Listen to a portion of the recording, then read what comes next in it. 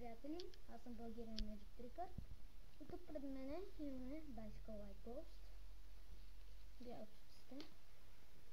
Има и черно, но не можах да го намеря в България. Така, отстрани кутийката.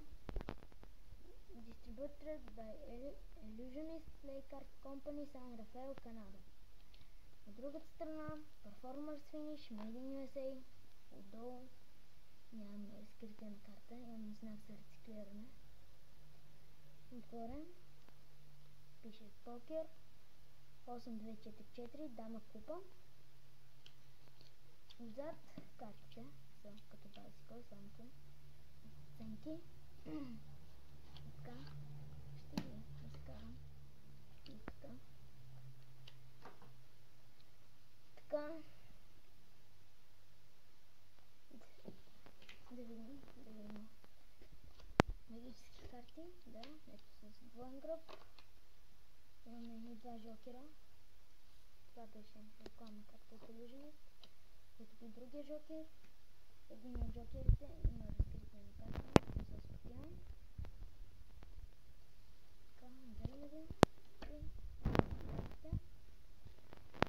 Дизайна на Сотопика. Просто удивителен. Не съм виждал до сега такъв. Като на кутийката.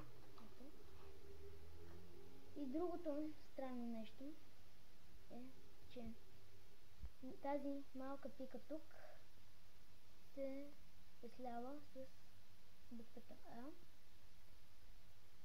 И така, още за това, че сте по-твърди са, отколкото Bicycle. Така,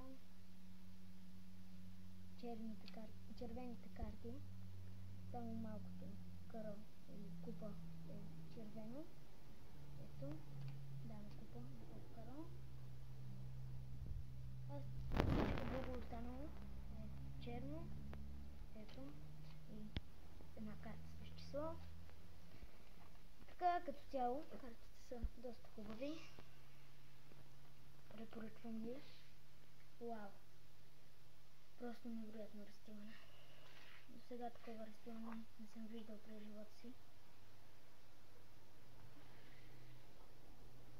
Това разстилане не се е получи много хубаво. Така,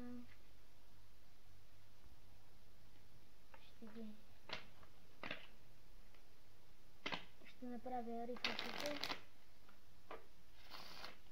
Вау! Трилото, аз, който не мога да правя много хубаво трило, това ми се получи много хубаво. И така, много хубави карти. Благодаря ви за гледането. Абонирайте за моя канал и до следващия път.